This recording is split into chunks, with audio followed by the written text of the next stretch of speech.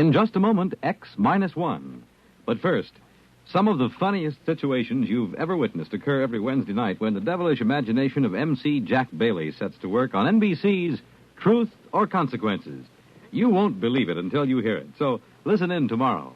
Then another laugh session is in store later on with the wise and witty Groucho Marx as he and contestants play You Bet Your Life. While for the melodic note in your Wednesday evening schedule, it's music and fun on Airtime with Giselle McKenzie. And now, stay tuned for X-1 on NBC. Countdown for blast off. X-5, 4, 3, 2, X-1, fire.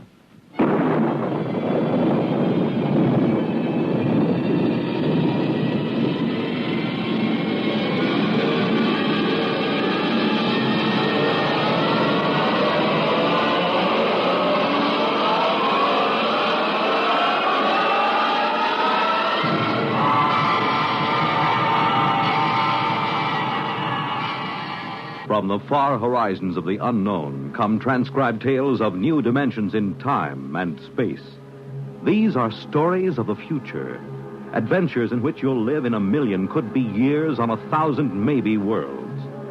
The National Broadcasting Company, in cooperation with Galaxy Science Fiction Magazine, presents X minus 1.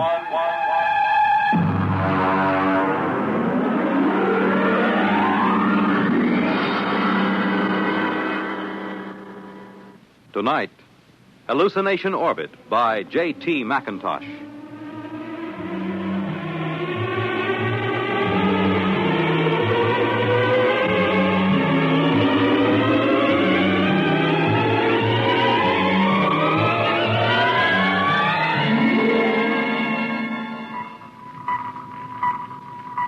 Mr. Chaka. Sir? Stand by to release pickup rocket. Yes, sir. We'll break orbit in 8 hours, have damage control pull the rods on the number 3 pile. Check leakage. Yes, sir. Try and have the locks cleared of all unessential personnel when that pickup rocket comes back. There's no point in making trouble. I understand, sir. Pickup rocket away, sir. Very well. Take over, Mr. Chaka. I will be in my quarters if I'm wanted.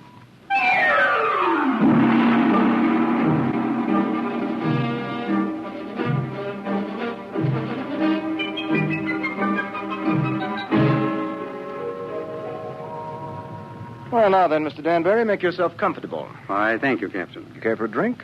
Scotch in that bulb, bourbon in the other. No, thank you. I can't get quite used to squirting liquor from a rubber bulb as if I were oiling a bearing. Well, you'd have a devil of a time pouring from a bottle in free fall. Well, how are you enjoying your trip? It's very interesting. It was very nice of you to give me a lift. You know, it would have been 8 months before another ship came along. A whole lot more than that with the main Pluto beam station out. Probably 8 years. Really? That long? I thought the whole run to Pluto was under 18 months. Yes, it is when the beam is running. You see, Mr. Danbury, we left Earth 27 days after the beam broadcast from Pluto station broke. We've been spaceborne close to 6 years. I suppose that's why you're on orbit around this planet, picking up supplies or something, eh? Oh. This is a standard pickup for the space beam service.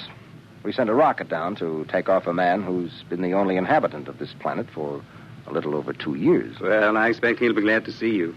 Well, there's no telling. I know I would. After 2 years of duty, Mr. Danbury, you might not know anything. Oh, psychiatric troubles? Solitosis. It's from the Latin, solace, alone. Is that much of a problem? Only in space. Here, look.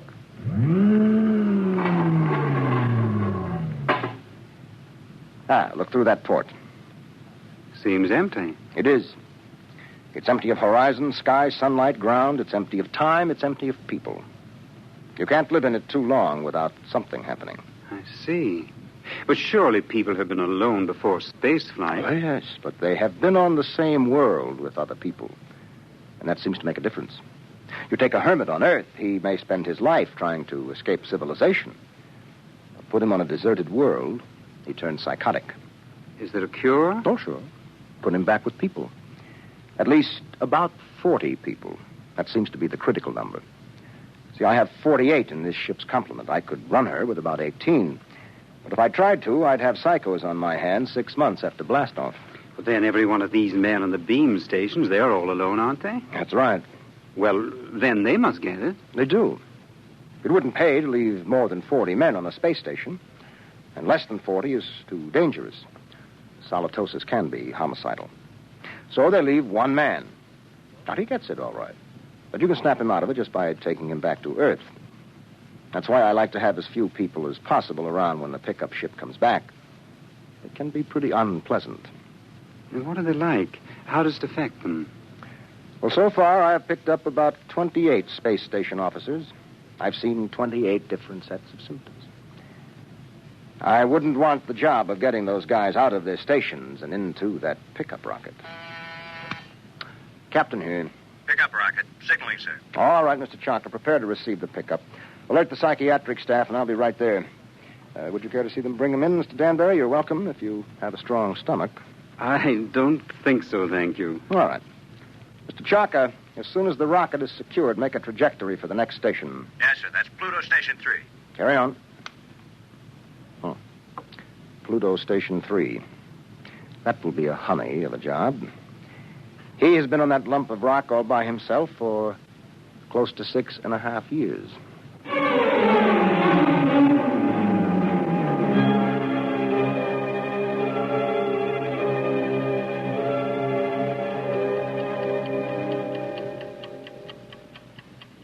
Pluto Station 3, daily report. Colin Ord, space officer. Everything is in fine shape. Through my port, I can see Mars, Earth, Saturn, Mercury.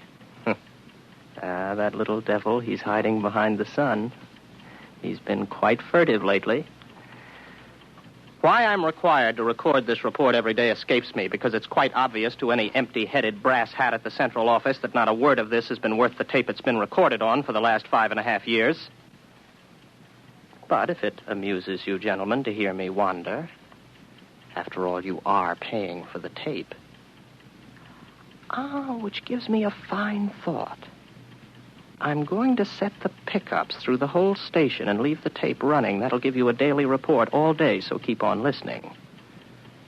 Right now, I have the distinct impression that Earth is winking at me.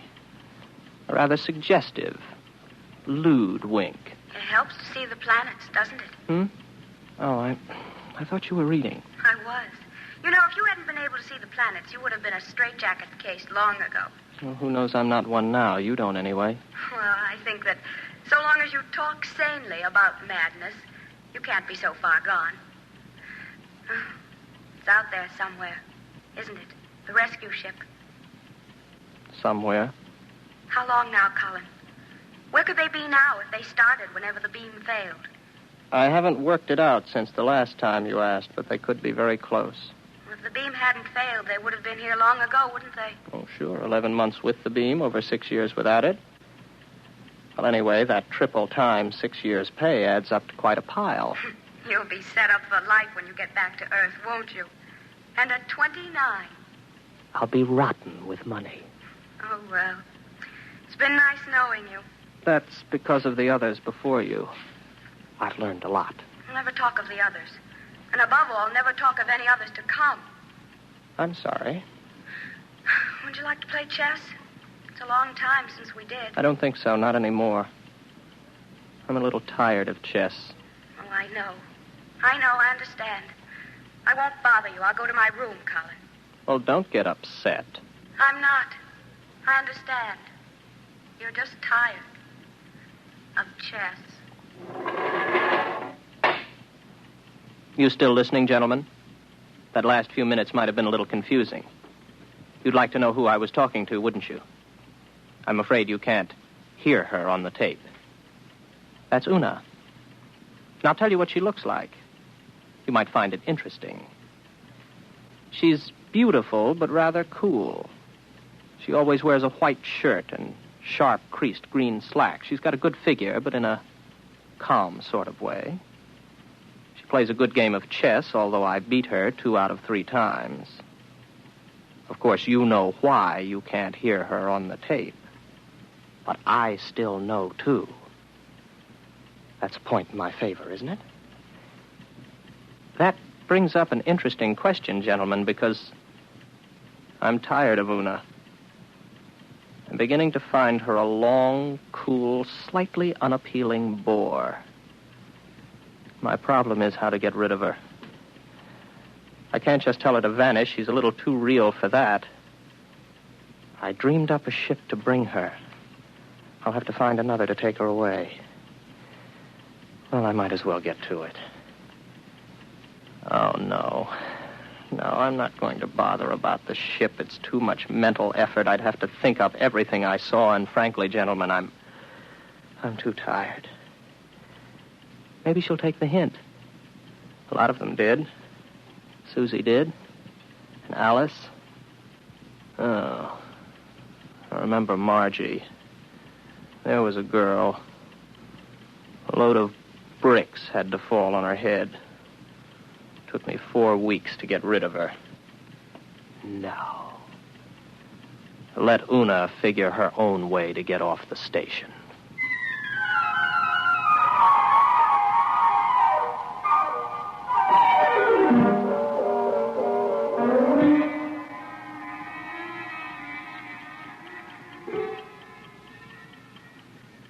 Well, she's gone. I thought she might. Her ship's gone, too. Well, all in all, I don't think Una was really very satisfactory.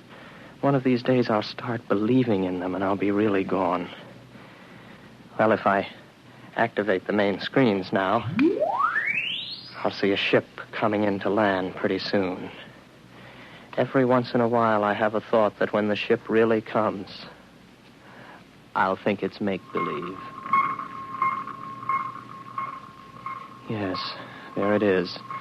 A small ship curving in for a landing. I suppose I could check on the detectors. I know they register anybody within 100,000 miles, but I don't bother checking them anymore because someday the moment will come when I check the detectors. And I'll see just what I want to see. Well, the ship's coming in for a landing now. I'll go out to meet it. I'm rather interested to find out what the explanation will be for the girl. Naturally, it will be a girl.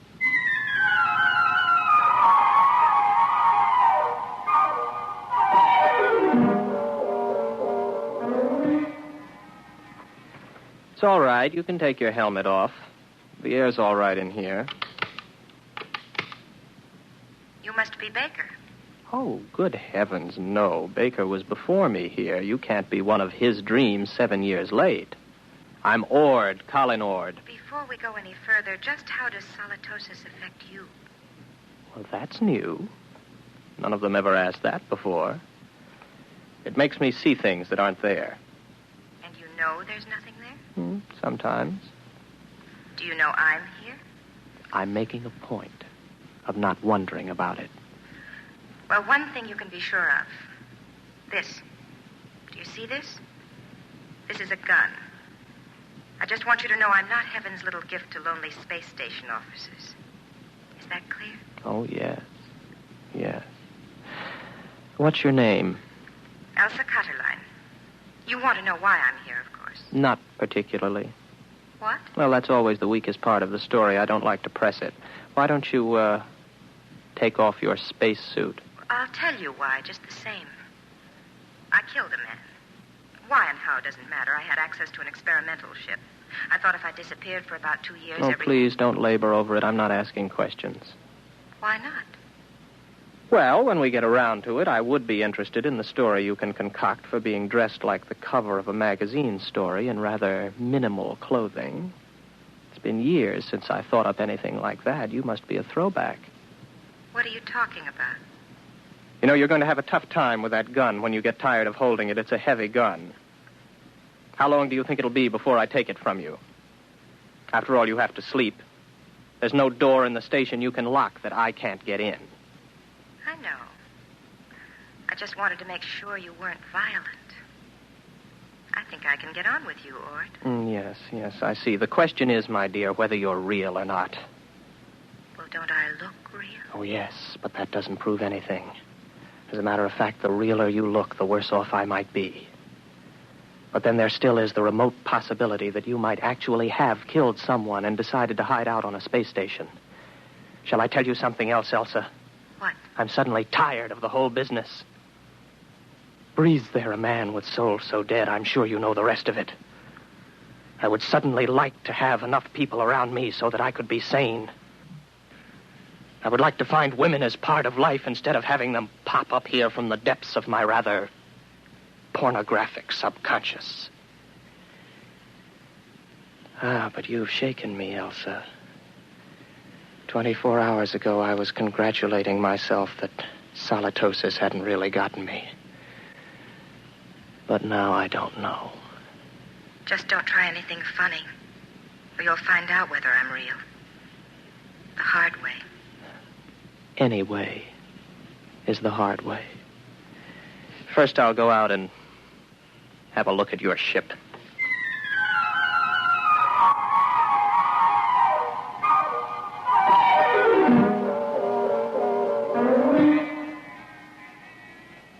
£14 per square inch air. Heat. Now, I take a gasoline lighter. There, the flame lights. But on the other hand, if there was no lighter and I see it, I could also see it burn when there isn't any air. As a matter of fact, how do I know that I can read a meter for air pressure?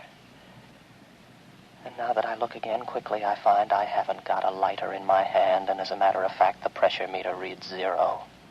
There's no air on this ship. As a matter of fact, there isn't any ship. Elsa is no more real than Una.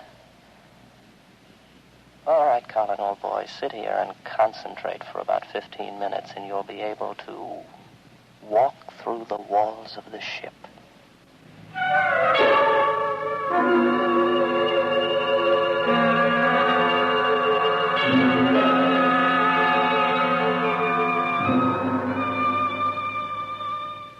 Well, what did you find out there? You'd better leave. It was a mistake your coming here. I'm sorry. No, don't come any closer to me. Put down the gun. Keep back. I'm warning you. Keep back. You see, it's no use. Oh, you're a good shot. You got me right between the eyes, but I couldn't feel a thing. I can't let myself be shot now, can I? Give that to me. There.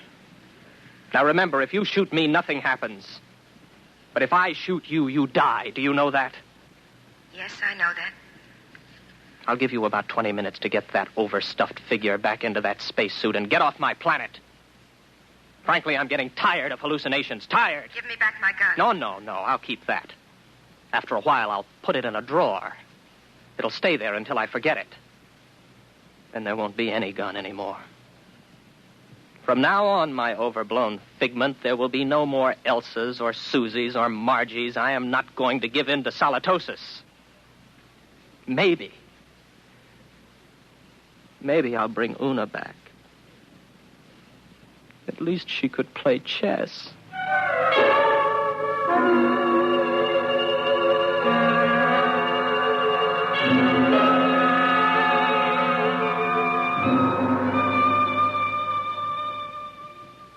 Pluto Station 3, Daily Report, Colin Ord, Space Officer. Gentlemen, I have successfully fought off solitosis for 2 days, and I have been alone. However, I'm afraid I'll lose as I watch my main scope now. I see a ship coming in again. I wonder what this one will be like. It's a launch from a larger spaceship. Maybe a lifeboat. Dorothy came in a lifeboat. I wonder what this one will be like. I've got to find out when she comes whether she's real. That's the key, as long as I know if she's real. When I don't care anymore, that's when it's really got me. The ship's down now. There she comes out of the airlock. I've got to find out whether she's real.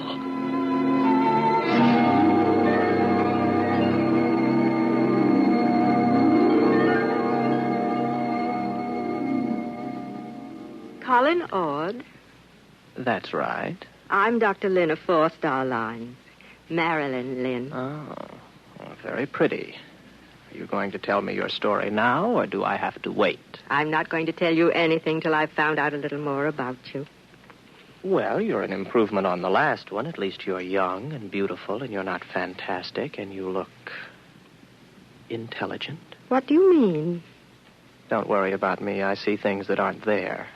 Particularly people. Oh, so you don't believe I'm here? Would you? If you were me?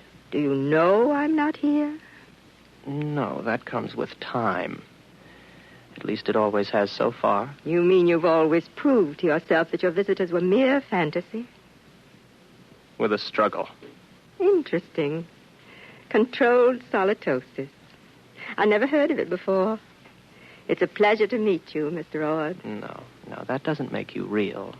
They all say that. Why should I want to make you accept me as real? I don't know. But they all do. When will you know? Oh, I can't say. Maybe in 5 minutes. Maybe not for hours. How do you do it? You don't shoot me to see if I die or anything like that, do you? No, nothing like that. If I shoot you, you do die, like the witches in history. They'd die if they were, and they'd die if they weren't. Your mind has remained agile enough. Naturally. I never heard of solitosis inhibiting intelligence. Would you like some coffee? Is that part of the test? Whether more coffee is actually drunk than you drink yourself? No, that doesn't help. It would be very easy for me to make half what I thought I made, to fill a cup with nothing and pass it back. You look afraid. Why should I be? What am I doing? Am I doing something I don't know I'm doing? No. Would you like me to wash the cups for you when we're done? That won't prove anything. Next time they were used, I could just imagine they were washed, couldn't I? Where are you going? To find out if you're real. My ship. Go ahead. Good luck.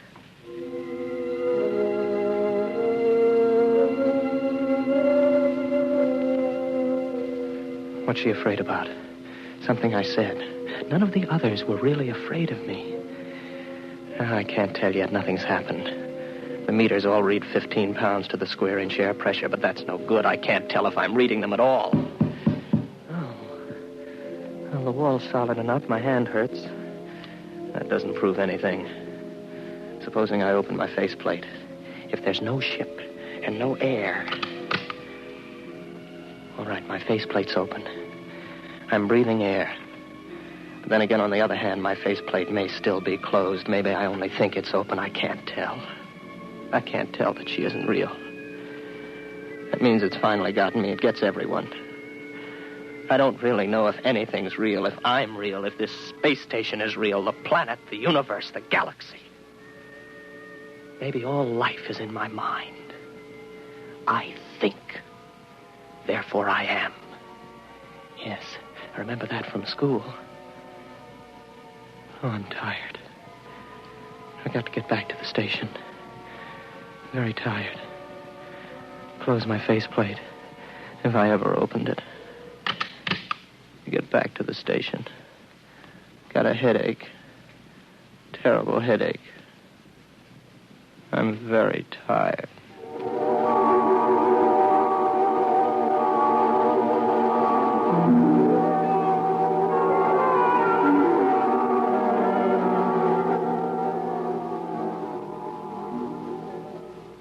Are you all right now? Here, drink this. What happened? You came in the station lock and passed out.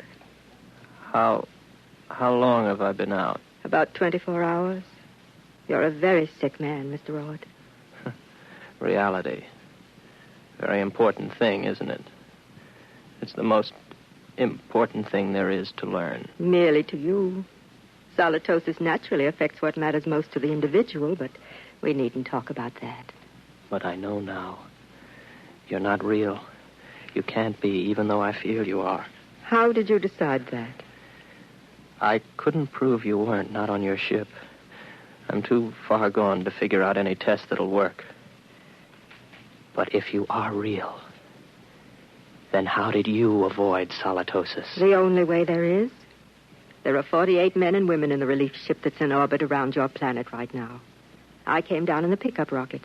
We have well above the critical number of people. I keep rational by knowing they're up there in the orbit, and as soon as I'm ready, I'll take you back up there. Well, I suppose I can wait. I don't really care if you're real or not anymore. I know. It'll take a long while before you care. You sound sad. What's the matter? It's the way you look at me. What do you mean? What do you see when you look at me? Well, you're strong. Sort of quietly beautiful. About my age. You're wearing a tunic and slacks. And you don't have a wedding ring. I noticed that. That's what I thought you saw. I'm real, but not your picture of me. I'm a doctor, Mr. Ord. All first contacts with station officers are made by trained psychiatrists. I'm a doctor. And I was a girl once. But that was 40 years ago. I'm 66. You can't be. Oh, yes. It was very nice to be a girl again. I could see myself in your eyes, and I almost felt young again. As I grow old in the next few weeks, Mr. Ord, you'll be recovering. That will show you how your case is progressing. When you see me as I really am, you'll be all right. Assuming you're real, Marilyn, it really must take something to come down alone to see one of us. I think I see you now. As you really are.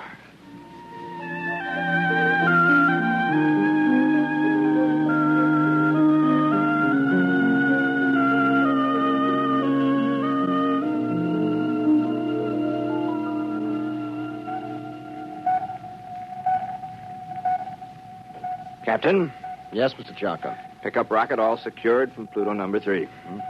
How is the poor fellow? Good as can be expected. He came on board with Dr. Lynn. Uh-huh. I'm telling you, these guys throw me. There he was, holding her hand, looking in her eyes like he was in love with her. And you know what a dried-up old bat she is? Yes, I know. All right, Mr. Chaka. Prepare to blast off.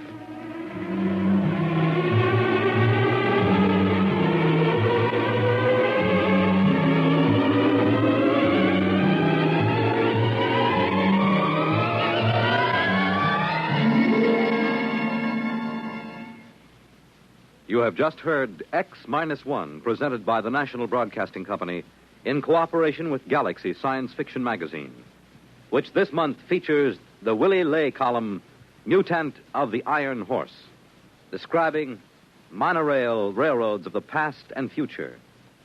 Galaxy Magazine, on your newsstand today. Tonight, by transcription, X-1 has brought you Hallucination Orbit, a story from the pages of Galaxy written by J.T. McIntosh and adapted for radio by Ernest Kenoy. Featured in the cast were William Redfield, John Larkin, Vera Allen, John Moore, Terry Keane, Dick Hamilton, and Hope Risman. Your announcer, Fred Collins.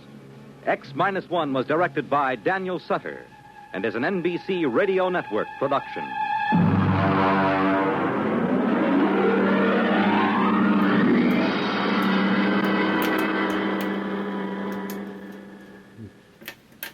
National Radio Week.